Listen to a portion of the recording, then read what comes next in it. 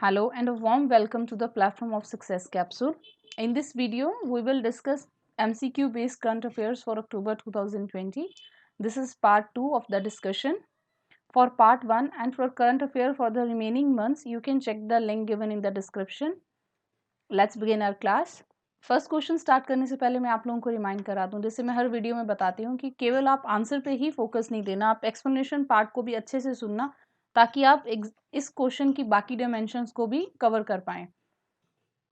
तो starting with the first question, अभी recently Nobel economic prize 2020 दो यूएस इकोनॉमिस्ट को मिला है, पॉल माइलग्रॉम एंड रॉबर्ट विल्सन को। उनको किस चीज़ पे वर्क करने के लिए ये नोबल प्राइज मिला है? For auction theory. जो ऑक्शन थ्योरी है, it is a branch of economics which deals with auctions, और उन्होंने जो कमर्शियल ऑक्शंस है उन पे वर्क किया है, जिसमें फॉर एग्जांपल जैसे गुड एंड सर्विसेज हो गए, जिसमें रेडियो फ्रिक्वेंसीज को सेल करना थ्रू ऑक्शन, तो उन्होंने इस थ्योरी पे वर्क किया है, जैसे कि आप देख सकते हैं, for improvements to auction theory and inventions of new auction formats. Moving on to next question, Rashtriya Kamdhenu आयोग जो है वो किस मिनिस्ट्री के अंदर कॉन्स्टिट्यूटेड है? तो ministry of fisheries, animal husbandry and dairying के अंदर है, और इसको 2019 में फॉर्म किया गया है बाय आवर प्राइम मिनिस्टर। और इसका जो मोटो है वो है conservation, protection and development of cows and their progeny, plus working giving directions for cattle development programmes. और ये न्यूज़ में इसलिए था क्योंकि इन्होंने कामधेनु दीपावली अभियान स्टार्ट किया है, जिसमें इन्होंने बहुत सारे प्रोडक्ट्स को काउ डंग से प्रिपेयर किया है ताकि वो इन्वायरमेंटल फ्रेंडली भी हो, प्लस वो जो पैसे होंगे वो कैटल डेवलपमेंट प्रोग्राम्स के लिए यूज़ होंगे। So moving on to next question, recently India ने फेलुदा पेपर स्ट्रिप जो है फॉर कोविड के डायग्नोसिस के लिए लॉन्च किया था, उससे रिलेटेड कौन सी स्टेटमेंट इनकरेक्ट है? Feluda is an acronym for FN-Cas9 editor limited unique detection assay. तो ये यूनिक नहीं है, यहाँ यूनिफॉर्म आएगा। इसकी फुल फॉर्म है FN-Cas9 editor limited uniform detection assay. It uses CRISPR technology for detection of the genomic sequence, ये बिल्कुल करेक्ट है, इसको हम लास्ट वीडियो में भी डिस्कस किए हैं। It is developed by institute of genomics and integrative biology, ये भी करेक्ट है, इसके हेडक्वार्टर्स दिल्ली में है। और जो इसका जो नेम रखा गया है फेलुदा, ये एक फेमस फिक्शनल बंगाली डिटेक्टिव हैं जो कि सत्यजीत रे के जितने भी नॉवेल्स हैं उनमें ज़्यादातर फेमस हैं, तो ये भी करेक्ट है। कई बार आपको ऐसा क्वेश्चन भी पूछा जाता है कि जो फेलुदा कैरेक्टर है वो किन फिक्शनल बुक्स में आता है, या उनके ऑथर कौन है जिन्होंने इसको क्रिएट किया है, क्योंकि काफ़ी फेमस है ये बंगाली लिटरेचर में। इससे रिलेटेड मैं आपको एक दो बातें और बताऊं। ये जो फेलुदा पेपर स्ट्रिप है, ये इसमें एक प्रोटीन को यूज़ करते हैं, विच इज़ FN-Cas9, और साथ में ये गाइड RNA को यूज़ करते हैं। और ये पेपर पे जो अगर पेशेंट के सैंपल में वायरल जीन होगा तो वो ये दोनों उसको बाइंड कर लेंगे, तो जो वायरस है वो विजिबल हो जाएगा, उस बाइंडिंग से पता चल जाएगा कि जो पेशेंट है वो पॉजिटिव है। Now moving on to next question, देव विचावा करानी जो है किसकी ऑटोबायोग्राफी है? ये ऑटोबायोग्राफी है बाला साहेब विखे पाटिल की, और अभी रिसेंटली इसको हमारे प्राइम मिनिस्टर ने लॉन्च किया है। मैं आपको पहले भी बताती हूँ कि कोई भी ऐसी ऑटोबायोग्राफी बुक हो जिनको कोई प्राइम मिनिस्टर या प्रेसिडेंट लॉन्च करते हैं तो वो न्यूज़ का इम्पॉर्टेंट पार्ट हो जाता है। उन्होंने साथ ही परवारा रूरल एजुकेशन जो सोसाइटी है उसको भी रीनेम किया है on the name of Balasaheb Patil, Pravara rural education society. ये सोसाइटी अहमदनगर के लोनी डिस्ट्रिक्ट में है। So moving on to next question, अभी रिसेंटली होलांगी में न्यू ग्रीनफील्ड एयरपोर्ट बन रहा है, तो होलांगी कहाँ है? अरुणाचल प्रदेश में। इससे क्या होगा कि अरुणाचल प्रदेश फर्स्ट टाइम जो एविएशन मैप है इंडिया का उस पर आएगा, वहाँ पहली बार एयरपोर्ट बन रहा है। सबसे पहले आपको बताऊं, बहुत बार हम ये वर्ड देखते हैं न्यूज़ में, ग्रीनफील्ड एयरपोर्ट। ग्रीनफील्ड प्रोजेक्ट वो होता है जिसको एकदम स्क्रैच से शुरू किया जाता है, जहां पहले कोई भी इंफ्रास्ट्रक्चर नहीं होता, खाली ग्राउंड है जिसपे सब कुछ फर्स्ट टाइम बिल्ड होगा, तो उसको ग्रीनफील्ड एयरपोर्ट कहते हैं। तो अरुणाचल प्रदेश अभी तक जो असम का लीलाबारी एयरपोर्ट है उसी को यूज करता है, और जो होलांगी है ये वहां के कैपिटल ईटानगर में है। So moving on to next question. जो आर्मी का अग्निबाज डिवीजन है उसने अभी रिसेंटली जॉइंट एक्सरसाइज किया है सुरक्षा कवच, किस स्टेट पुलिस के साथ? तो उन्होंने महाराष्ट्र पुलिस के साथ किया है। 41 आर्टिलरी डिवीजन जो है उसको अग्निबाज डिवीजन भी कहते हैं, पुणे में हेडक्वार्टर जो साउथ कमांड है इंडियन आर्मी का उसकी ये डिवीजन है। उन्होंने जॉइंट एक्सरसाइज की है महाराष्ट्र पुलिस के साथ, और ये एक्सरसाइज पुणे में हुई है। Moving on to next question. The strengthening teaching learning and results for states stars जो प्रोजेक्ट है उसको यूनियन कैबिनेट ने अभी अप्रूव किया है, उसको पार्शियली कौन फंड कर रहा है? उसको वर्ल्ड बैंक फंड कर रहा है। ये जो स्टार्स बेस्ड जो हमारा ये जो प्रोजेक्ट है इसकी जो वैल्यू है उसमें $500 मिलियन जो है वो वर्ल्ड बैंक दे रहा है, और इसके जो ऑब्जेक्टिव्स हैं ये हमारी जो अभी रिसेंटली नेशनल एजुकेशन पॉलिसी जो गवर्नमेंट ने फ्रेम की है उसके साथ है, क्योंकि ये भी क्वालिटी बेस्ड लर्निंग आउटकम्स पे बेस्ड है। ये प्रोजेक्ट अभी स्टार्टिंग में सिर्फ 6 स्टेट्स में लॉन्च हो रहा है, जिसमें हिमाचल है, राजस्थान है, महाराष्ट्र, एमपी, केरला एंड उड़ीसा। फिर ये बाकी स्टेट्स में लॉन्च होगा, और इसका एक कंपोनेंट जो है that is Parakh, performance assessment review and analysis of knowledge for holistic development. ये एक नेशनल असेसमेंट सेंटर होगा जिसमें कि वो जो परफॉर्मेंस है उसको डिफरेंट कैटेगरीज के बेस पे लेंगे, सिर्फ जो बुकिश नॉलेज है उसी को ही मान्यता नहीं दी जाएगी। तो अगर आपको ये पूछा जाए कि इसका जो कंपोनेंट परख है तो वो क्या है, वो एक नेशनल असेसमेंट सेंटर है under the department of school education and literacy, ministry of education. ये मैं आपको पहले बता चुकी हूँ कि it is align with the objectives of national education policy.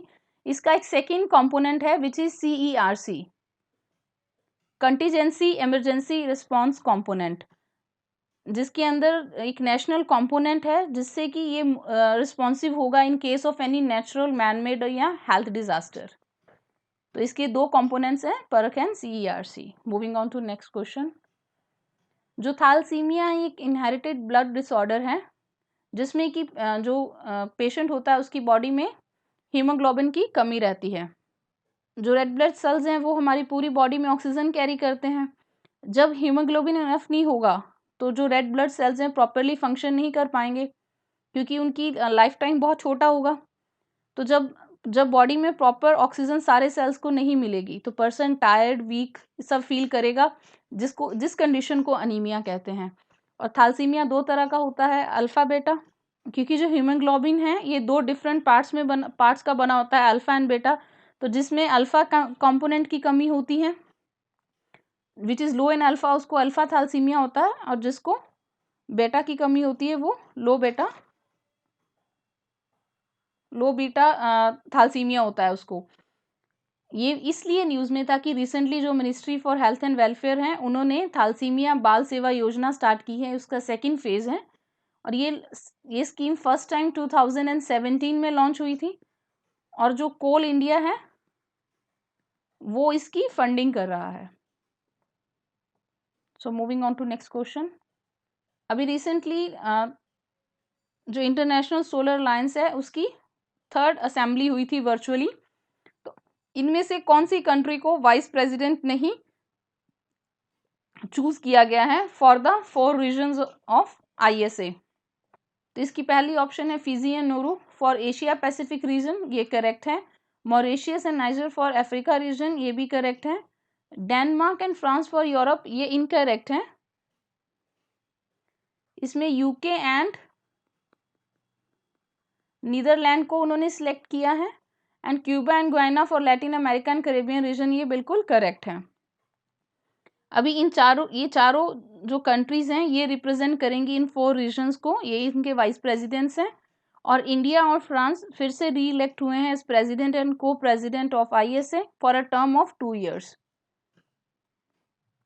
इस साल अगर हम ISA से रिलेटेड कुछ और करंट फैक्ट्स को डिस्कस करें तो इस साल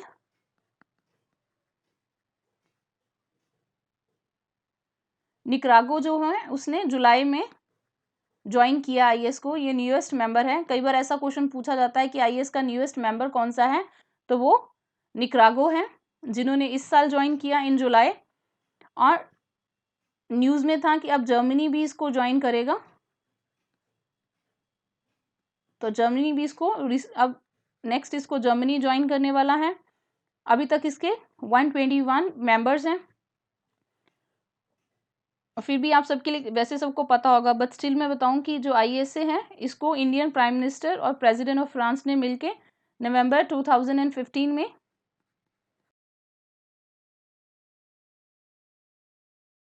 उन्होंने तब इसको पेरिस में अनाउंस किया था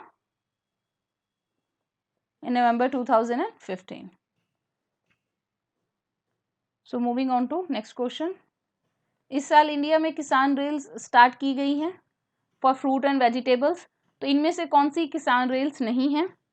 Nashik to Danapur in Patna correct है, अनंतपुर टू दिल्ली, बेंगलुरु टू हजरत निजामुद्दीन, ये तीनों करेक्ट हैं। प्लस अभी अक्टूबर 2020 में नागपुर टू दिल्ली भी स्टार्ट किया है उन्होंने, नागपुर टू दिल्ली किसान रेल स्टार्ट हुई है। ये न्यू इनिशिएटिव है गवर्नमेंट का जो काफ़ी ज़्यादा न्यूज़ में है। और इस नागपुर से specially, Nagpur is famous for oranges, और इस ट्रेन को शुरू भी उसी के लिए किया गया है। नागपुर के जो ऑरेंजेस हैं उनको GI टैग भी मिला हुआ है इन 2015। और ये जितनी किसान रेल्स हैं ये अभी फ्रूट और वेजिटेबल्स के लिए ही हैं। और इसमें रिसेंटली अक्टूबर में ही मिनिस्ट्री ऑफ रेलवेज और मिनिस्ट्री ऑफ फूड प्रोसेसिंग ने मिलके 50% सब्सिडी अनाउंस की है ऑन फ्रूट्स एंड वेजिटेबल्स। उन्होंने कुछ फ्रूट्स और वेजिटेबल्स को नोटिफाई किया है जिनमें 50% सब्सिडी होगी। और जो ministry of food processing and industries हैं वो जो नेसेसरी फंड्स है वो मिनिस्ट्री ऑफ रेलवे को देगी, स्पेशली फॉर ऑपरेशन ग्रीन्स, जिसको हम लास्ट वीडियो में भी डिस्कस कर चुके हैं। ऑपरेशन ग्रीन्स जिसमें कि टोमेटो, पोटैटो एंड अनियंस आते हैं। So moving on to next question. World का बिगेस्ट जिंक स्मेल्टर जो प्रोजेक्ट है वो कहाँ सेटअप हुआ है, सेटअप होने की बात हुई है। It will come up in Gujarat. इसको Vedanta group form Hindustan zinc limited जो है वो सेटअप कर रही है in Doswada in Tapi district, Tapi district of Gujarat में ये सेटअप होगा। वर्ल्ड का बिगेस्ट है, ज़ीरो डिस्चार्ज टेक्नोलॉजी और लोएस्ट कॉस्ट स्मेल्टर है वर्ल्ड का। और वर्ल्ड का ओनली इंटीग्रेटेड प्रोड्यूसर है जिंक, लेड एंड सिल्वर का, world's only integrated producer of zinc, lead and silver. Moving on to next question. अक्टूबर में शोभा नायडू की डेथ हुई है। वो रिनाउंड कुचिपुड़ी डांसर थी। आर्ट एंड कल्चर का ये बहुत इंपॉर्टेंट क्वेश्चन हो जाता है जब कोई रिनाउंड पर्सनैलिटी न्यूज़ में होती है। और उनको पद्मश्री मिला हुआ है, शी गॉट पद्मश्री इन 2001, और संगीत नाटक अकेडमी अवार्ड उनको 1991 में मिला था। तो आपको मेन यही याद रखना है कि वो किस डांस फॉर्म के साथ जुड़ी हुई हैं। और कुचिपुड़ी जो है वो क्लासिकल डांस है आंध्र प्रदेश का। Moving on to next question. अक्टूबर में भानु आथिया की डेथ हुई जो कि इंडिया की फर्स्ट ऑस्कर विनर हैं। उनको ऑस्कर मिला था फॉर मूवी गांधी। ये मूवी 1983 में लॉन्च हुई थी। इस मूवी के ऊपर ऑलरेडी वेरियस एग्जाम्स में ये क्वेश्चन पूछा जाता है कि इसको डायरेक्ट किसने किया था, तो ये रिचर्ड एटनबरो जो थे उन्होंने इसको डायरेक्ट किया था। और इस मूवी को 8 ऑस्कर अवार्ड्स मिले थे। और उसमें भानु आथिया फर्स्ट इंडियन हुई जिनको ऑस्कर मिला कॉस्ट्यूम डिज़ाइनिंग के लिए। और उन्होंने 2012 में ऑस्कर अकेडमी को ये अवार्ड रिटर्न कर दिया था for safe keeping. So moving on to next question. अक्टूबर में महाकवि अखितम अच्युतन नंबूतरी की डेथ हुई, उनसे रिलेटेड इनमें से कौन सी स्टेटमेंट करेक्ट है? He is instrumental in heralding modernism in Malayalam poetry, ये करेक्ट है। He is the only living poet being called Mahakavi great poet in Malayalam, ये भी करेक्ट है। आपको ये क्वेश्चन पूछा जा सकता है कि कौन थे जो जिनको कौन कौन लिविंग पोएट थे जिनको महाकवि का जो खिताब है वो मिला हुआ था, तो आंसर होगा महाकवि अखितम अच्युतन। और उनको अभी recently 55th edition of Jnanpith award मिला इन सितंबर 2020, ये भी करेक्ट है। ये जो अवार्ड है नवंबर में अनाउंस हो चुका था, लेकिन कोविड के चलते उनको ये वाला अवार्ड अब मिला है। और वो 6th मलयालम राइटर हुए हैं जिनको ये अवार्ड मिला है। For the 6th time Malayalam literature में ज्ञानपीठ अवार्ड उनको मिला है, अभी लेटेस्ट है। इनसे पहले अगर हम ज्ञानपीठ अवार्ड की बात करें तो 2018 में ये 2019 में ये अमिताभ घोष को मिला था। और वो फर्स्ट ऑथर हुए थे इंग्लिश लिटरेचर के, फर्स्ट टाइम इंग्लिश लैंग्वेज को ये वाला अवार्ड मिला था। इस अवार्ड को कल्चरल ऑर्गेनाइजेशन भारतीय ज्ञानपीठ देती है, इंडिया का हाईएस्ट लिटरेरी अवार्ड है और ये सिर्फ इंडियंस को ही मिलता है। और जो महाकवि हैं इनको पद्मश्री भी मिला हुआ है, इनको पद्मश्री भी मिला हुआ है in 2017। So moving on to next question. अक्टूबर में इंडियन प्राइम मिनिस्टर ने ₹75 डिनोमिनेशन का कॉइन इशू किया on the 75th anniversary of food and agriculture organisation, तो उसके हेडक्वार्टर्स कहाँ है? उसके हेडक्वार्टर्स रोम में है, रोम इज इन इटली, रोम में इसके हेडक्वार्टर्स हैं। आपको इससे रिलेटेड, क्योंकि इसकी 75th एनिवर्सरी है, तो इससे रिलेटेड बताऊं, सबसे पहले इस्टेब्लिश हुआ 1945 में यूनाइटेड नेशंस के अंदर, यूनाइटेड नेशंस की ऑर्गेनाइजेशन है और इसका मोटिव है to defeat hunger and improve local economies. India के साथ इसका जो लिंक है, इंडिया ने प्रपोज किया था कि 2016 को international year of pulses declare किया जाए, इंटरनेशनल ईयर ऑफ पल्सिस, तो वो सिलेक्ट हुआ और फाइनली इंडिया ने 2023 को इंटरनेशनल ईयर ऑफ मिलेट्स के लिए प्रपोज किया था, वो प्रपोजल भी एक्सेप्ट हुआ है। तो ये 2023 is marked as international year of millets. और हमारा इसके साथ एक और लिंक है, आपने लास्ट वीडियो में देखा होगा कि इस साल जो नोबेल पीस प्राइज है वो वर्ल्ड फूड प्रोग्राम को मिला है। नोबेल पीस इस बार वर्ल्ड फूड प्रोग्राम को मिला, हमने लास्ट वीडियो में डिस्कस किया हुआ है। तो जो इंडियन सिविल सर्विसेज विनय रंजन सेन, आपको इस नाम को याद रखना, इस साल ये एग्जाम्स में पूछा जाएगा, वेरियस एग्जाम्स में। जो विनय रंजन सेन है वो डायरेक्टर जनरल थे FAO के उस समय 56-67 में, जब वर्ल्ड फूड प्रोग्राम को लॉन्च किया गया। विनय रंजन सेन जो है वो डायरेक्टर जनरल थे फूड एंड एग्रीकल्चर ऑर्गेनाइजेशन के इन 56 एंड 67 जब लॉन्च हुआ। तो एक इंडियन का नाम वर्ल्ड फूड प्रोग्राम के साथ कनेक्टेड है, जिन्होंने इसको लॉन्च किया, his name is Vinay Ranjan Sen. तो इससे रिलेटेड यही इंपॉर्टेंट इंफॉर्मेशन थी। Moving on to next question. Recently Y20 global summit हुआ, उसकी होस्ट कंट्री सऊदी अरेबिया थी इस साल। ये वर्चुअली हुआ, इसको वर्चुअली होस्ट किया उन्होंने फ्रॉम अल खोबर सऊदी अरेबिया से। और इसका थीम था government youth dialogue on post covid opportunities, government youth dialogue on post covid opportunities. और इसका जो कंक्लूडिंग ड्राफ्ट था उसमें 3 प्रायोरिटी एरियाज को सिलेक्ट किया गया, जिसमें था future fit, youth empowerment and global citizenship,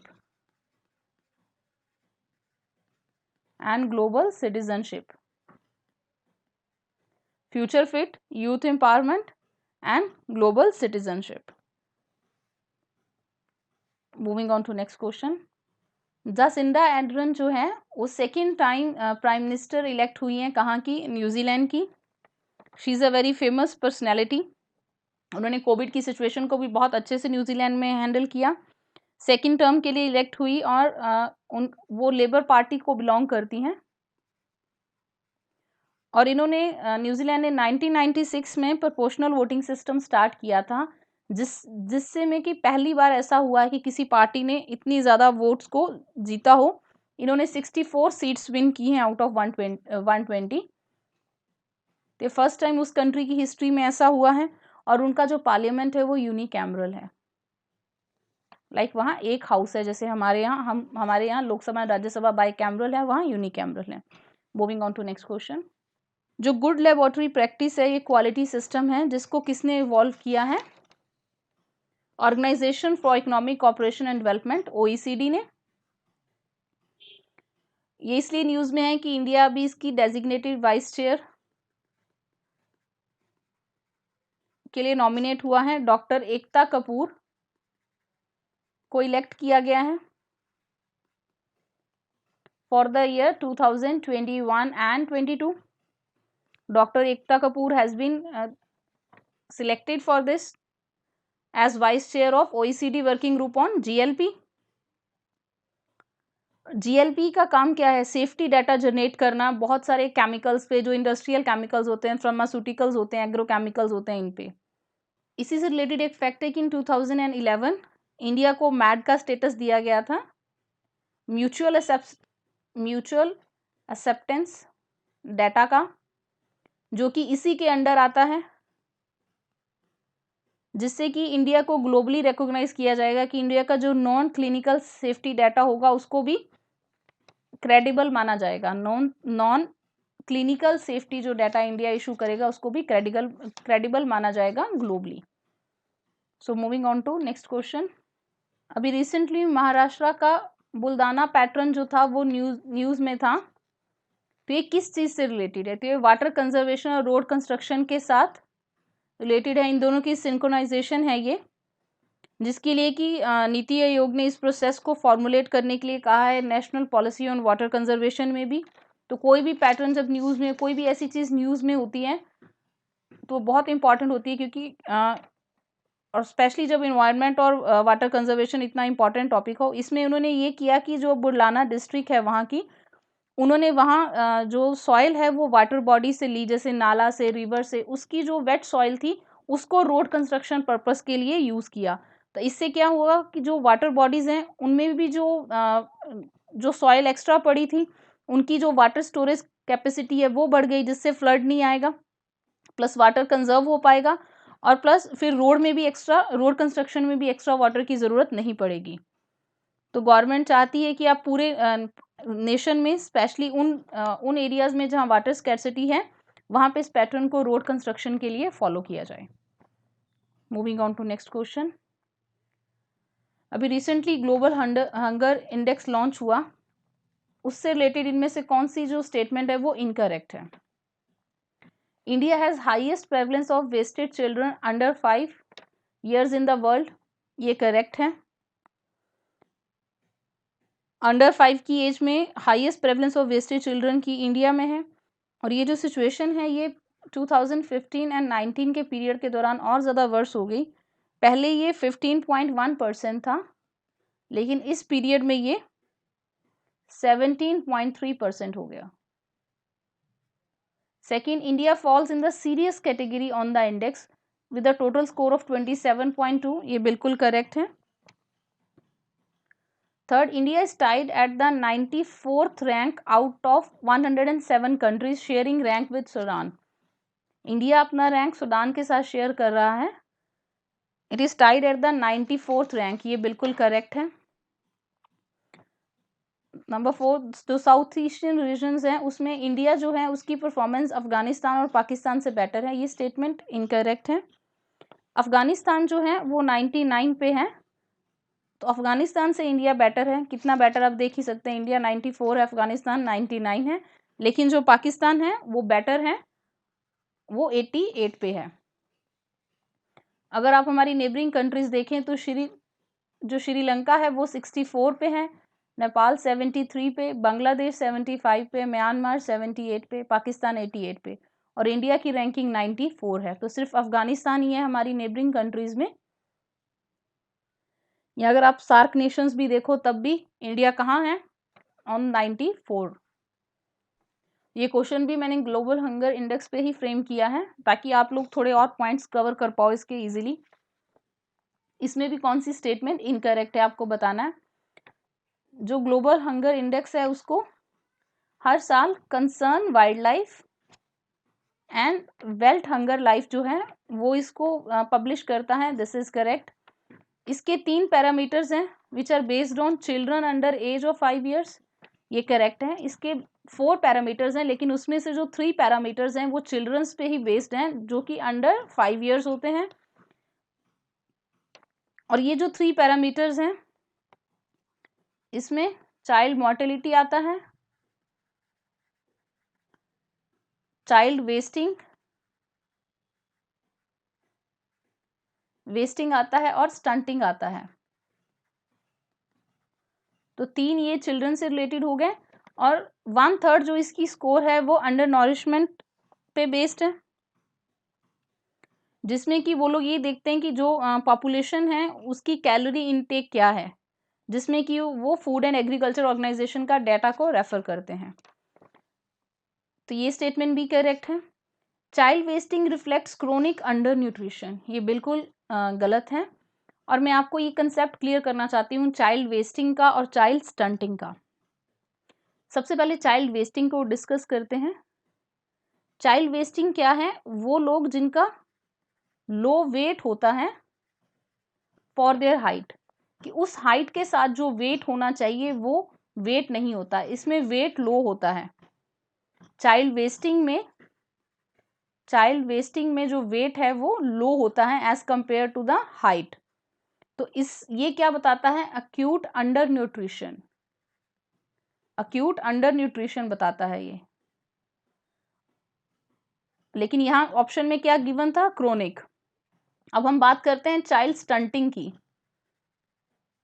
child stunting क्या है, जब जो हाइट है वो कम है एज पर देयर एज, इसमें जो हाइट है वो उस एज के हिसाब से कम है, इसमें वेट का फिनोमिना नहीं है। तो स्टंटिंग में क्या है, share of child who have low height for their age, जो कि रिफ्लेक्ट करता है chronic under nutrition.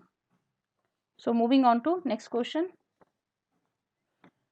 Recently 8th edition हुआ of annual maritime exercise SLINEX का, ये इंडिया एंड श्रीलंका के बिटवीन होता है। इस साल ये त्रिनकोमिली के कोस्ट पे हुआ इन श्रीलंका, और जो प्रीवियस था वो विशाखापट्टनम में हुआ था। और ये फर्स्ट टाइम जो एक्सरसाइज है 2005 में लॉन्च हुई थी। Moving on to next question. In house procedure जिसको कि अडॉप्ट किया जाता है जजेस के acts of omission, commissioner omission के लिए, उनसे रिलेटेड कौन सी स्टेटमेंट इनकरेक्ट है। ये बहुत इंपॉर्टेंट प्रोसीजर है। अभी रिसेंटली जो आंध्र प्रदेश के सीएम हैं उन्होंने चीफ जस्टिस ऑफ इंडिया को कंप्लेन किया था सुप्रीम कोर्ट के जज एनवी रमन के बारे में कि वो एलिजिडली जो केसेस हैं स्टेट हाई कोर्ट के उनको उनमें इंटरफेयर कर रहे हैं, उनको इन्फ्लुएंस कर रहे हैं, और कुछ हाई कोर्ट के जजेस के बारे में भी उन्होंने कंप्लेन किया था। तब इन हाउस प्रोसीजर जो है वो न्यूज़ का इंपॉर्टेंट पार्ट बना। तो इसमें पहली ऑप्शन है कि इन house procedure was made public for the sake of transparency in 2014, ये करेक्ट है। उससे पहले ये पब्लिक में नहीं बताया गया था। जो जस्टिस JS वर्मा है 1997 में वो चीफ जस्टिस ऑफ इंडिया बने थे, उन्होंने एक स्टेटमेंट लॉन्च की थी, restatement of values of judicial life, जिसमें उन्होंने कुछ जजेस के आइडल बिहेवियर को लेके कुछ नॉर्म्स रखी थी, जिसके बाद ये इन हाउस प्रोसीजर स्टार्ट हुआ और इसको पब्लिक किया गया इन 2014 सुप्रीम कोर्ट के कहने पे। नेक्स्ट, जब भी किसी हाई कोर्ट के जज की कंप्लेंट रिसीव होती है तो जो उस स्टेट के जो चीफ जस्टिस होते हैं वो उसको एग्जामिन करते हैं, दिस इज करेक्ट। वो उसको एग्जामिन करते हैं और अगर उनको लगता है कि कोई जुडिशियल मैटर है तो वो चीफ जस्टिस ऑफ इंडिया को इन्फॉर्म करते हैं, और अगर मैटर सीरियस होता है तो वो उस जज से भी उसका इंफॉर्मेशन मांगते हैं। और फाइनली उसके बाद अगर सब कुछ फाइंड आउट हो जाता है, पर्सन गिल्टी होता है इसमें, फिर इम्पीचमेंट का मोशन स्टार्ट होता है, अदरवाइज नहीं। Third, if the case is against high court chief justice, अगर हाई कोर्ट की चीफ जस्टिस पे ही ये हो जाए, कंप्लेंट आए, तो प्रोसीजर जो है वो सेम है, बस जो प्रोब कमेटी है उसमें एक सुप्रीम कोर्ट के जज होते हैं और 2 चीफ जस्टिस होते हैं। ये बिल्कुल करेक्ट है ऑप्शन डी कि अगर complaint chief justice of India के लिए हो तो एक सेपरेट प्रोविजन है इन हाउस प्रोसीजर की, ये इनकरेक्ट है। इस केस में भी जो प्रोसीजर है वो बिल्कुल सेम है, लेकिन इसमें जो प्रोब कमेटी होगी उसमें 3 सुप्रीम कोर्ट के जजेस होंगे, उसमें 3 जजेस होंगे सुप्रीम कोर्ट के, सिर्फ इतना सा चेंज है, प्रोसीजर सेम है। तो कभी भी इस चीज़ में कंफ्यूज नहीं होना कि शायद उनके लिए प्रोसीजर सेम होगा, जजेस के लिए और चीफ जस्टिस जो स्टेट्स के हैं और चीफ जस्टिस जो इंडिया है उन सब के लिए प्रोसीजर जो है वो बिल्कुल सेम है। So moving on to next question, Barkudia melanosticta and Sepsophis punctatus जो है ये किस चीज़ की एग्जाम्पल है? तो ये स्किंक्स की एग्जाम्पल हैं। स्किंक्स जो हैं वो एक कॉमन रिप्टाइल्स होते हैं जो कि लिजर्ड फैमिली से हैं। They are not lizards but they are type of lizards, lizard family को बिलोंग करते हैं। ये इसलिए न्यूज़ में है क्योंकि जो जियोलॉजिकल सर्वे ऑफ इंडिया है उन्होंने for the first time in लोगों पे अपनी स्टडी दी है, जिसमें उन्होंने बताया है कि इंडिया में 62 स्पीशीज ऑफ स्किंक्स पाए जाते हैं, जिसमें कि 57% जो हैं वो they are endemic to India, जो कि खास इंडिया में ही पाए जाते हैं। तो फर्स्ट टाइम इन पे स्टडी हुई है, क्योंकि पहले स्टडी नहीं हुई तो बहुत सारे लोग इनको देख के जैसे बहुत लिजर्ट और बहुत डिफरेंट से दिखते हैं, तो कई बार लोग इनको जाने अनजाने में ऐसे ही मार देते हैं, दे थिंक कि ये पॉइजनस होगा, तो इस पर कभी भी स्टडी नहीं हुई, तो ये फर्स्ट टाइम इन पे स्टडी हुई है। और ये जो ज़्यादातर हैं ये इंडिया के ईस्टर्न कोस्ट में पाए जाते हैं। इनमें जो बारकुडिया है ये तो स्पेशली विशाखापट्टनम रीजन में ही पाया जाता है, विशाखापट्टनम रीजन में ही पाया जाता है ये। तो आपको एग्जाम में अगर ये पूछा जाए स्किंक्स क्या है, तो अगर आपने टर्म फर्स्ट टाइम सुनी हो तो आपको पता हो कि स्किंक्स क्या है। So moving on to next question, जो मालाबार 2020 नेवल एक्सरसाइज है उसमें इंडिया के साथ और कौन सी कंट्रीज पार्टिसिपेट कर रही हैं? US, Japan, Australia, all are correct. इस बार इसको इंडिया होस्ट कर रहा है, इस नेवल एक्सरसाइज को इंडिया होस्ट कर रहा है।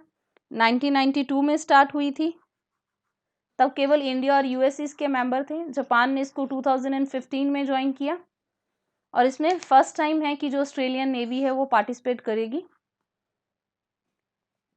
और ये कॉमन सिक्योरिटी इंटरेस्ट है इन सब का, पैसिफिक रीजन के लिए की सिक्योरिटी के लिए। और इस साल जो फॉर्मेट है वो non contact at sea format पे है, ज़्यादातर सारी एक्सरसाइजेस का यही था ड्यू टू कोविड सिचुएशन। और मैं आपको बताऊं जो 2018 की जो एक्सरसाइज थी वो गुआम में हुई थी, फिलीपीन सी में, एंड 2019 में कोस्ट ऑफ जापान पे हुई थी, और इस साल ये बे ऑफ बंगाल और अरेबियन सी में कंडक्ट की जाएगी। और ये जो चारों कंट्रीज जो इसमें पार्टिसिपेट कर रहे हैं ये हम लोग प्रीवियस वीडियोस में भी डिस्कस कर चुके हैं, ये चारों क्वाड के मेंबर हैं, क्वाड्रिलेटरल कोलिशन के। So moving on to next question,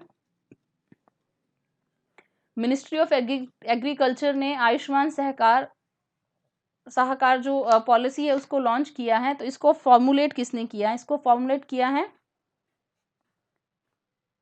formulate किया है national cooperative development corporation, NCDC ने। इसका काम है कोऑपरेटिव्स को असिस्ट करना in creation of health care infrastructure. तो ऐसा नहीं कि इसको मिनिस्ट्री ऑफ एग्रीकल्चर लॉन्च करी तो फार्मिंग से रिलेटेड है, ये हेल्थ केयर इंफ्रास्ट्रक्चर से रिलेटेड है, और इसको फॉर्मुलेट किया है फाइनेंशियल इंस्टीट्यूशन एनसीडीसी ने। और जो आयुष्मान सहकार जो स्कीम जो इसके अंदर एक फंड भी होगा जो कि कोऑपरेटिव हॉस्पिटल्स को हेल्प करेगा आयुष एजुकेशन और मेडिकल फैसिलिटीज़ के लिए।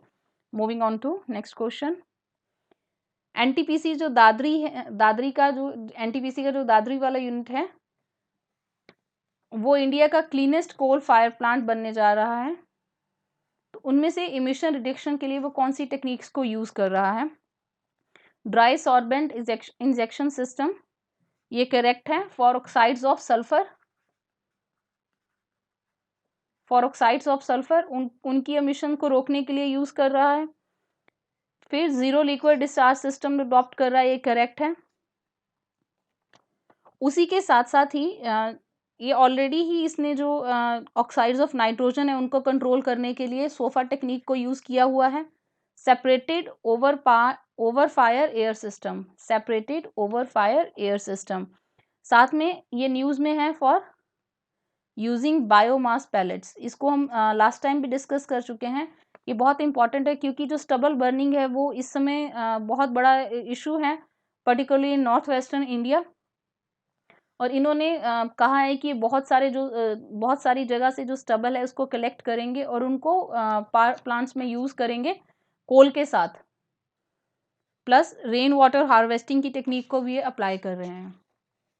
तो अगर आपको एग्जाम में ऐसी कोई टेक्निक आ जाती है जो आपने फर्स्ट टाइम सुनी है, तो आपको पता होना चाहिए कि ड्राई सॉर्बेंट इंजेक्शन जो सिस्टम है वो सल्फर के ऑक्साइड्स के लिए यूज़ होता है, और जो separated over fire air system है वो नाइट्रोजन ऑक्साइड के इमिशंस को कंट्रोल करने के लिए होता है। So moving on to next. India में पहली बार एसोफिटिडिया, जो कि हींग कहते हैं हम जिसको नॉर्मल लैंग्वेज में, उसकी कल्टीवेशन स्टार्ट हुई है कहाँ पे? लाहौल वैली में, इन हिमाचल। तो इसको जो institute of Himalayan bio resource technology है जो कि पालमपुर हिमाचल में है, उन्होंने फर्स्ट टाइम इसको स्टार्ट किया है लाहौल वैली में। अभी तक इंडिया इंपोर्ट करता था अफगानिस्तान, ईरान एंड उज्बेकिस्तान से। इसका जो प्लांट होता है उसको कोल्ड एंड ड्राई कंडीशंस चाहिए होती हैं। तो जो लाहौल वैली है वो कोल्ड डेजर्ट में है और वहाँ पे बहुत सारी लैंड जो है वो वेस्ट भी है, तो वहाँ पे इसको प्लांट किया गया है। पहले इंडिया के पास इसके सीड्स ही नहीं थे। इसका जो प्लांट है उसको अप्रॉक्सीमेटली 5 ईयर्स लगते हैं। कोई भी चीज़ फर्स्ट टाइम कल्टीवेट होती है तो आपको इसके सारे पॉइंट्स पढ़ने चाहिए। इसके प्लांट को 5 ईयर्स लगते हैं ग्रो करने में, जबकि जब उसके रूट्स में ओलियोगम रेजिन्स आ जाते हैं। बहुत सारे एग्जाम्स में क्वेश्चन पूछा जाता है एसोफिटिडिया किससे एक्सट्रैक्ट किया जाता है, तो फ्लैशी रूट्स होती हैं जिसमें कि ओलियोगम जो रेजिन है यही एसोफिटिडिया है, इसको कलेक्ट किया जाता है। और इसका जो इम्पोर्टेंट प्लांट है वो है फेरुला एसा फोर्टिडिया। इंडिया में पहले एसोफिटिडिया की 1-2 वैरायटीज थी बट वो कंज्यूम नहीं करते फूड में, तो यही है जो इसको इंडिया ने फर्स्ट टाइम ग्रो किया है। So moving on to next question. India का first multi modal logistic park जो है वो कहाँ सेटअप किया गया है, तो वो असम में सेटअप किया गया है। भारतमाला परियोजना के अंदर, प्रोजेक्ट के अंदर है। इसके मेन फीचर्स ये हैं कि इसमें आपको डायरेक्ट एयर, रोड, रेल और वाटरवेज इन सब से कनेक्टिविटी मिलेगी, ये इसका सबसे बड़ा फीचर है।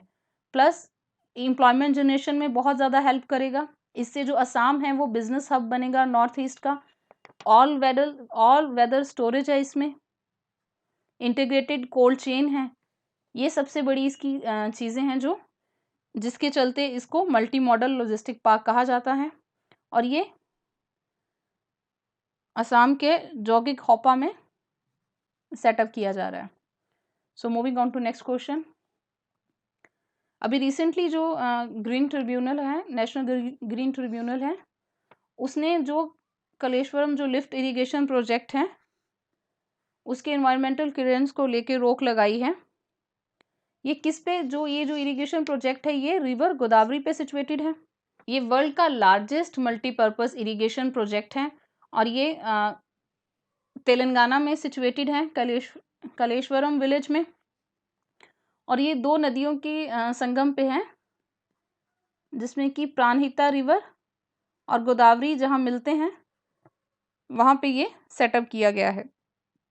एनजीटी ने मिनिस्ट्री ऑफ एनवायरनमेंट, फॉरेस्ट और क्लाइमेट चेंज को कहा है कि वो 7 मेंबर एक्सपर्ट कमेटी बनाए जो कि इसके द्वारा किए गए जो डैमेजेस हैं उनको असेस करे और ये रिपोर्ट दे कि कैसे उनको अब रिस्टोर करना है उन मेजर्स को। Moving on to next question.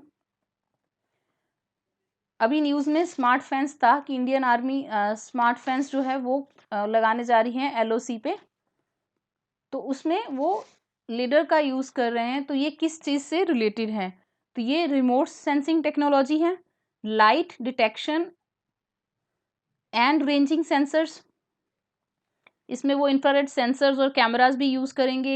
ये न्यू टाइप का क्रिएट हो रहा है। इससे पहले भी स्मार्ट फेंसिंग लॉन्च किया गया था इंडिया में 2013 3 एंड 5 में AIOS के नाम से, जो है एंटी इन्फिल्ट्रेशन ऑब्स्टेकल सिस्टम। लेकिन उसमें क्या है कि वायर्स लगती हैं, लेकिन जो हिमालय के वो रीजन्स है वो जब स्नोफॉल होती है तो वो वायर बिल्कुल कवर हो जाती है, तो वो प्रॉपरली फंक्शन नहीं कर पाते हैं, उनकी रिपेयरिंग में ही मैक्सिमम टाइम चला जाता है। तो इसलिए गवर्नमेंट ये वाली स्मार्ट फेंस जो है इसको अडॉप्ट कर रही है।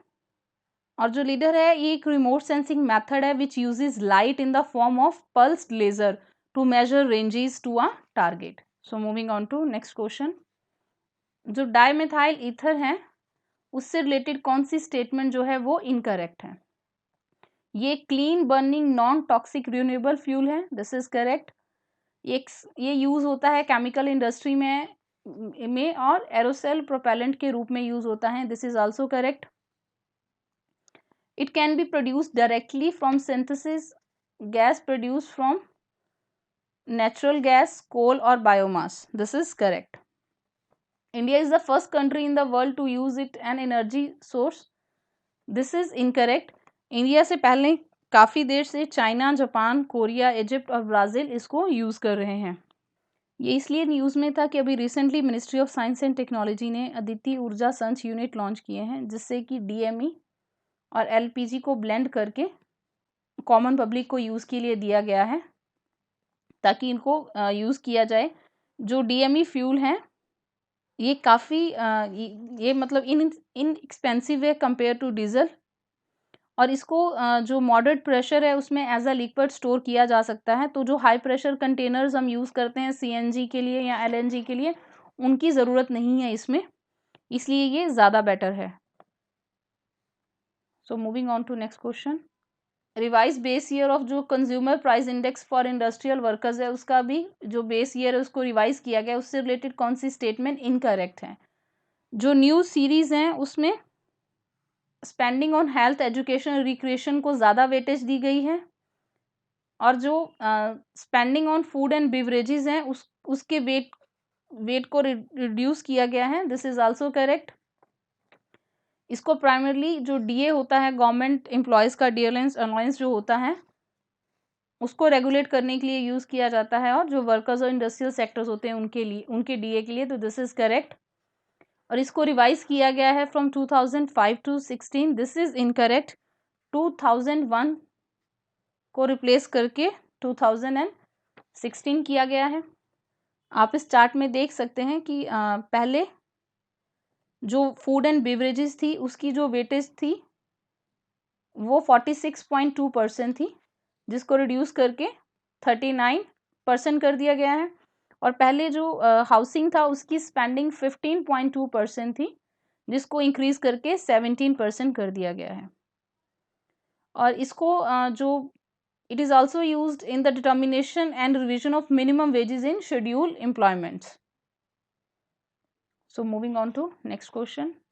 जो मिनिस्ट्री ऑफ कल्चर है उन्होंने recently life in miniature project launch किया है, जो कि कोलैबोरेशन है between the national museum new Delhi and Google arts and culture के बीच में ये कोलैबोरेशन है, जिसमें कि जो मिनिएचर पेंटिंग्स है जो नेशनल म्यूजियम में, उनको ऑनलाइन देखा जा सकता है on Google arts and culture. और इसमें इस प्रोजेक्ट में machine learning, augmented reality and digitisation, robotic cameras को यूज़ किया जाता है, ताकि आपको एकदम रियलिटी जैसा उसका व्यू मिले। So moving on to next question. अभी रिसेंटली किस इंडियन को चेयरपर्सन इलेक्ट किया गया है governing body of international labour organisation का? आंसर है अपूर्वा चंद्र। 35 ईयर्स बाद इंडिया को ये चेयर मिली है। जो गवर्निंग बॉडी है वो एपेक्स एग्जीक्यूटिव बॉडी है ILO की, जो कि उसकी पॉलिसीज, प्रोग्राम्स, एजेंडा, बजट सबको डिसाइड करता है, और डायरेक्टर जनरल को भी वही अपॉइंट करता है। तो इंडिया को ये चेयर अक्टूबर 2020 और 21 के लिए मिला है। आपको ILO से रिलेटेड थोड़ी इन्फॉर्मेशन बता दूं, इसकी फाउंडेशन 1919 में हुई थी। 1919 में इसको इस्टेब्लिश किया गया था। तब इंडिया इंडिपेंडेंट कंट्री नहीं था, बट स्टिल इंडिया इसका फाउंडिंग मेंबर है, क्योंकि सबको इसी चीज़ में कंफ्यूज होगा कि तब इंडिया फाउंडिंग मेंबर नहीं हो सकता, इंडिया उस समय भी इसका फाउंडिंग मेंबर था इन 1919। और ये यूएन की फर्स्ट स्पेशलाइज्ड बॉडी है जिसको इस्टेब्लिश किया गया, ओल्डेस्ट और फर्स्ट है, स्पेशलाइज्ड एजेंसी है यूएन की, और इसके हेडक्वार्टर्स जिनीवा में है। Geneva is in Switzerland. Moving on to next question. जो प्लाज्मा गैसिफिकेशन प्रोसेस है वो सॉलिड वेस्ट को कन्वर्ट करता है इनटू सिनगैस। ये जितना भी म्युनिसिपल वेस्ट मटेरियल होता है उसको इस गैसिफिकेशन चैम्बर में, जिसमें कि कंट्रोल अमाउंट में ऑक्सीजन, नाइट्रोजन और आर्गन रहता है, उसमें ये इलेक्ट्रिसिटी को यूज़ करता है to generate high temperature plasma arc. Above 3000 degree तक जो प्लाज्मा रिएक्टर होता है उसमें ये इतना टेम्परेचर बिल्ड करता है जिससे कि ये वेस्ट को सिन गैस में कन्वर्ट कर देता है। Organic waste vaporises into gases such as hydrogen and nitrogen called syn gases, जिसको कि बाद में डीजल या नेचुरल गैस इंजन्स में यूज़ किया जा सकता है। और जो इसमें से जो स्टीम जनरेट होती है उसको टरबाइन को उससे टरबाइन को पार किया जा सकता है टू जनरेट इलेक्ट्रिसिटी। और जो इसका मोल्टन इनऑर्गेनिक वेस्ट निकलता है इसमें से, जैसे कि सॉलिड ग्लास, या उसको कूल करने के बाद जो that is which is known as slag, उसको फिर रोड कंस्ट्रक्शन के लिए यूज़ किया जा सकता है as a road bed material.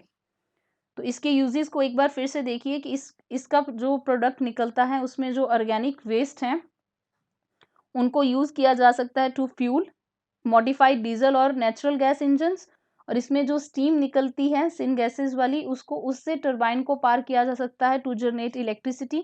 और इससे जो मॉल्टन इनऑर्गेनिक वेस्ट निकलता है उसको कूल डाउन करके रोड बेड मटेरियल्स के लिए यूज़ किया जा सकता है।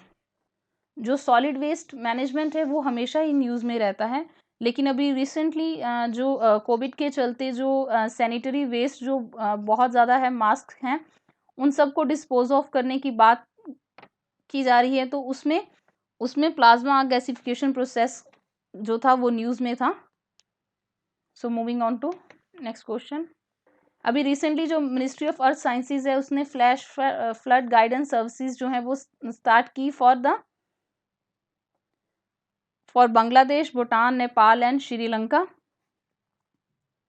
जो फ्लैश फ्लड गाइडेंस है उसमें वो रियल टाइम सपोर्ट करेंगे बाय गिविंग वार्निंग्स। अगर थ्रेट्स होंगे तो 6 आवर्स इन एडवांस में बता दिया जाएगा, और अगर रिस्क होगा तो 24 आवर्स इन एडवांस में बता दिया जाएगा। Moving on to next question. Government of India ने स्नो लेपर्ड की कंजर्वेशन के लिए कौन सी लैंडस्केप्स जो हैं उनको आइडेंटिफाई किया गया है? तो उसमें पहले हेमिस स्पीति, फिर नंदा देवी गंगोत्री, फिर कंचनजोंगा तवांग। ये करेक्ट है। आप देख सकते हैं इस मैप में कि जो हेमिस स्पीति है वो लद्दाख और हिमाचल के रीजन में है, लद्दाख और हिमाचल के रीजन में है। जो सेकंड है वो नंदा देवी गंगोत्री, नंदा देवी और गंगोत्री के बीच इन उत्तराखंड है। और जो थर्ड है वो कंचनजोंगा सिक्किम और तवांग अरुणाचल। इन एरियाज को गवर्नमेंट ने आइडेंटिफाई किया है as a snow leopard habitat. और ये जो स्नो लेपर्ड है ये यूटी ऑफ लद्दाख, हिमाचल, उत्तराखंड, सिक्किम, अरुणाचल, इन स्टेट्स में पाया जाता है। ये इसलिए न्यूज़ में था कि अभी वर्चुअल कम्युनिटी मीट हुई थी हिमाल संरक्षक के नाम से, हिमाल संरक्षक के नाम से, जिसमें गवर्नमेंट ने इन चीज़ों को डिस्कस किया है। और जो हमारा प्रोजेक्ट स्नो लेपर्ड है, प्रोजेक्ट स्नो लेपर्ड जो है वो गवर्नमेंट ने ऑलरेडी स्टार्ट किया हुआ है 2009 से।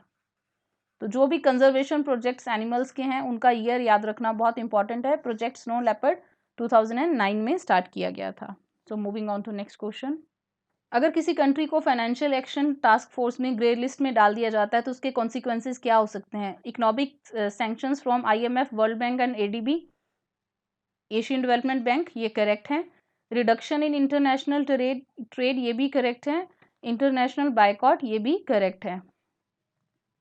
अभी रिसेंटली न्यूज़ में था कि जो पाकिस्तान है उसको फाइनेंशियल एक्शन टास्क फोर्स ने ग्रे लिस्ट में रखा है टिल February 2021। पाकिस्तान को 2018 में जब ग्रे लिस्ट में डाला गया था तो उनको डेडलाइन दी गई थी कि वो यूएन सिक्योरिटी काउंसिल ने जिन टेरर ग्रुप्स को डेजिग्नेट किया है कि ये टेरर ग्रुप्स हैं, उन पे एक्शन ले और उनको फंडिंग देना बंद करें। लेकिन नवंबर 2019 में जब दोबारा रिव्यू हुआ तो उन्होंने अभी भी उसको फिर से डेडलाइन में डाला है, क्योंकि वो अभी तक अपनी उन चीज़ों को कंप्लीट नहीं कर पाया है। अब पाकिस्तान के साथ पाकिस्तान के अलावा 11 और कंट्रीज़ हैं जिनको कि ग्रे लिस्ट में रखा गया है। इसकी 2 लिस्ट हैं, जिसमें कि एक ग्रे लिस्ट एक ब्लैक लिस्ट है। जो ग्रे लिस्ट है उसका मीनिंग होता है कि मॉनिटर्ड जुरिस्डिक्शन में रहेंगी कंट्रीज जो ग्रे लिस्ट में होंगी, और जो ब्लैक लिस्टेड होंगी उनको कॉल टू एक्शन या उनके लिए स्ट्रिक्ट रेगुलेशंस होंगे।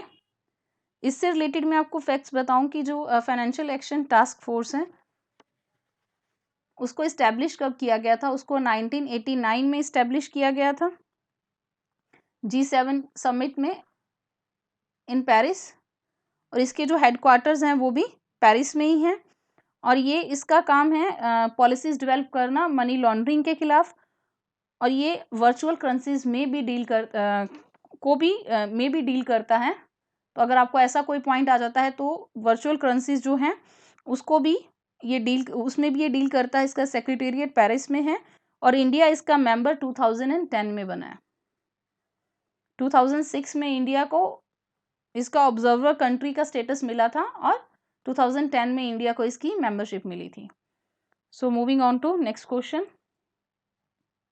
जो हिमालयन ब्राउन बियर है उससे रिलेटेड कौन सी स्टेटमेंट इनकरेक्ट है। उसको लोकली स्पैंग डनेमो कहते हैं, जिसका मीनिंग है ग्रास ईटिंग बियर, ये करेक्ट है। IUCN की रेड लिस्ट में उसका स्टेटस नियरली इंडेंजर्ड है, दिस इज इनकरेक्ट, ये वनरेबल कैटेगरी में है, ये वनरेबल कैटेगरी में है।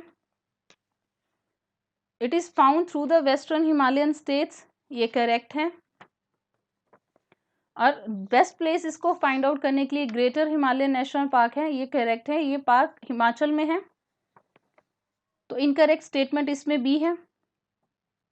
जो इंडिया का Indian wild life protection act 1972 है उसमें ये शेड्यूल 1 में आता है, और ये one of the largest carnivores हैं in the highlands of Himalayas, और ये लीस्ट अबोरियल बियर स्पीशीज हैं, मतलब कि ये ज़्यादा टाइम जो है ये ग्राउंड पे स्पेंड करते हैं रेदर देन ऑन ट्रीज। और ये वेस्टर्न हिमालयन स्टेट्स में जम्मू एंड कश्मीर, हिमाचल और उत्तराखंड में पाया जाता है at the elevation of 3000 to 5000 metre. ये न्यूज़ में इसलिए था कि जूलॉजिकल सर्वे की स्टडी ने बताया है कि बाय 2050 इनकी जो पॉपुलेशन है वो 73% से डिक्लाइन कर जाएगी। तो इनको कंजर्व करने की बात कही है उन्होंने, इसलिए ये न्यूज़ में था। So moving on to next question. जो माउंट गिरनार है वो कौन सी स्टेट में लोकेटेड है, तो गुजरात में है। अभी रिसेंटली 24 अक्टूबर को वहाँ रोपवे इनॉग्रेट किया गया है, और जो माउंट गिरनार है वो जूनागढ़ डिस्ट्रिक्ट में है, और जो ये रोपवे है वो एशिया का लॉन्गेस्ट है। So moving on to next question. National capital region जो NCR है उसमें ग्रैप मेजर्स जो हैं वो इन्फोर्स की गई हैं, तो उसमें जो G लेटर है इसकी फुल फॉर्म क्या है, that is graded response action plan. जो ग्रेडेड रिस्पॉन्स एक्शन प्लान है वो दिल्ली में लॉन्च किया गया है। इसको फॉर्मुलेट किया है economic pollution prevention and control authority ने, EPCA ने, जिसको सुप्रीम कोर्ट ने फॉर्म किया था। जो दिल्ली में जो पोल्यूशन है वो वेरी पुअर और सीवियर कैटेगरी में चला गया है, जिसके चलते इन मेजर्स को वहाँ पे इन्फोर्स किया गया है। ग्रैप में इमरजेंसी मेजर्स में ऑड इवन स्कीम आती है, या फिर डीजल जनरेटर्स वगैरह जो है वो बंद करते हैं। जो इमीडिएट स्टेप्स हैं उनमें क्या है, हैवी फाइन है गार्बेज बर्निंग पे, पोल्यूशन रेगुलेशंस है इंडस्ट्रीज पे, और डस्ट कंट्रोल नॉर्म्स हैं या वाटर फ्लाई ऐश पॉन्ड्स जो हैं, जिसमें कि जो डस्ट कंट्रोल नॉर्म्स हैं या फिर जैसे क्रैकर बैन हो गया, ऐसी इमीडिएट पॉलिसीज़ में ऐसी पॉलिसीज़ को लगाया जाता है। लेकिन जब एयर क्वालिटी बहुत बुरी हो जाती है सडनली, जैसे कि जो डीजल जेनसेट्स हैं उनकी यूज़ को बैन किया जाता है, तो दिल्ली में ये किया गया है। पार्किंग फ़ी बढ़ाते हैं, मतलब they try to stop the vehicles on road की, जिससे कि कम लोग रोड पे आएँ, और बस और मेट्रो सर्विसेज़ को ज़्यादा प्रमोट करते हैं। और जब स्फीयर ज़ोन में चली जाती हैं, तो वो hot mix plants, stone crushers सबको बंद कर देते हैं, पब्लिक ट्रांसपोर्ट को ज़्यादा इंटेंसिफाई करते हैं और रोड्स पे वाटर स्प्रिंकल करते हैं। और जब स्फीयर प्लस में होता है तो एंट्री ऑफ ट्रक्स बैन होती है, कंस्ट्रक्शन एक्टिविटीज़ बिल्कुल बंद कर दी जाती हैं और ऑड इवन स्कीम को लॉन्च किया जाता है। तो ये सिचुएशन दिल्ली पहले भी देख चुका है लास्ट ईयर में। तो ये सब ग्रैप नॉर्म्स में आते हैं, graded response action plan. So moving on to next question. अभी रिसेंटली न्यूज़ में था कि जो इंडस वैली सिविलाइजेशन है वो डेयरी प्रोडक्ट्स को यूज़ करते थे। उसके एविडेंस कहाँ से मिले हैं? कोटाडा बादली से, which is in Kutch district of Gujarat. आपको पता होना चाहिए कि ये जगह कहाँ है, इन कच्छ डिस्ट्रिक्ट ऑफ गुजरात। और जो ईयर 2020 है वो 100 ईयर मार्क करता है हड़प्पन सिविलाइजेशन की डिस्कवरी को। तो इसलिए क्वेश्चन और भी इम्पॉर्टेंट है। ऐसे भी आईबीसी को लेकर अगर कोई भी डिस्कवरी होती है तो वो एग्जाम्स में पूछी जाती है। उन्होंने इसमें मॉलिक्यूलर केमिकल एनालिसिस का यूज़ किया, जिसमें कि वहाँ की जो पोट्री के जो पीसीज मिले वहाँ से, उन्होंने उसको जब कार्बन डेटिंग मेथड से चेक किया तो उसमें उनको पता चला कि वो डेयरी प्रोडक्ट्स को यूज़ करते थे, और डेयरी प्रोडक्ट वो कैटल को यूज़ करते थे, कैटल के मिल्क को यूज़ करते थे, जैसे काऊ या बफेलो हो जाए, रेदर देन गोट या शीप। एक्चुअली जो पोर्ट्स होते हैं, जो पोर्ट होते हैं वो पोरस होते हैं।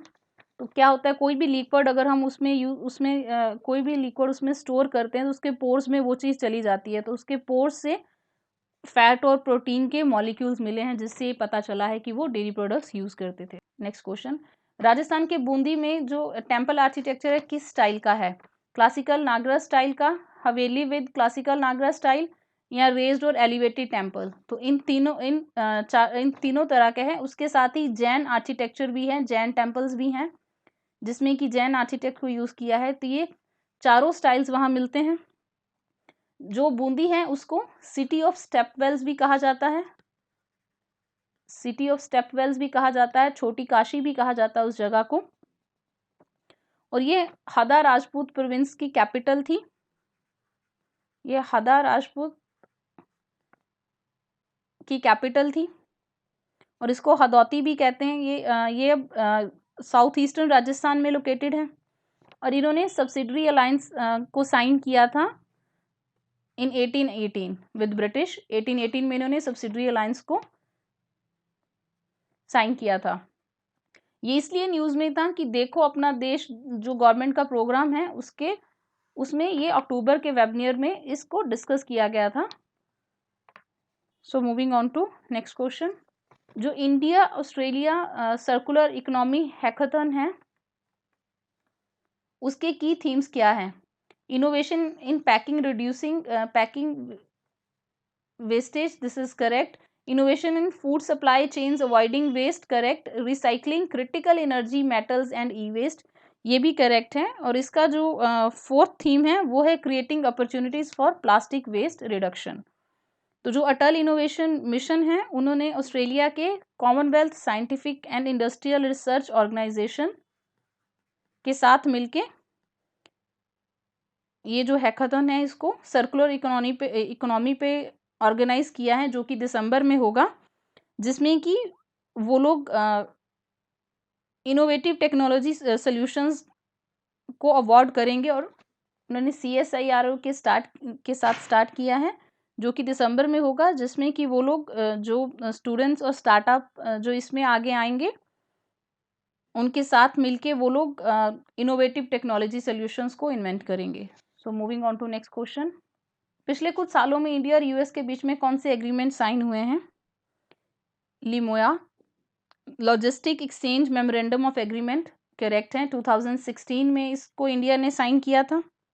कॉम कैसा, ये भी करेक्ट है। 2018 में इंडिया ने साइन किया था। बेका अभी basic exchange and cooperation agreement जो है ये 2020 अक्टूबर में इंडिया ने साइन किया है, तो ये भी करेक्ट है। ये 4 फाउंडेशनल एग्रीमेंट्स हैं, जिसमें कि एक जी सोमिया है which is general security of military information and agreement, जिसको कि 2002 में इंडिया ने साइन किया था, और इसकी जो एक्सटेंशन है इंफॉर्मेशन सिक्योरिटी एनेक्स उसको 2019 में साइन किया गया है। It allows military technology cooperation between both countries.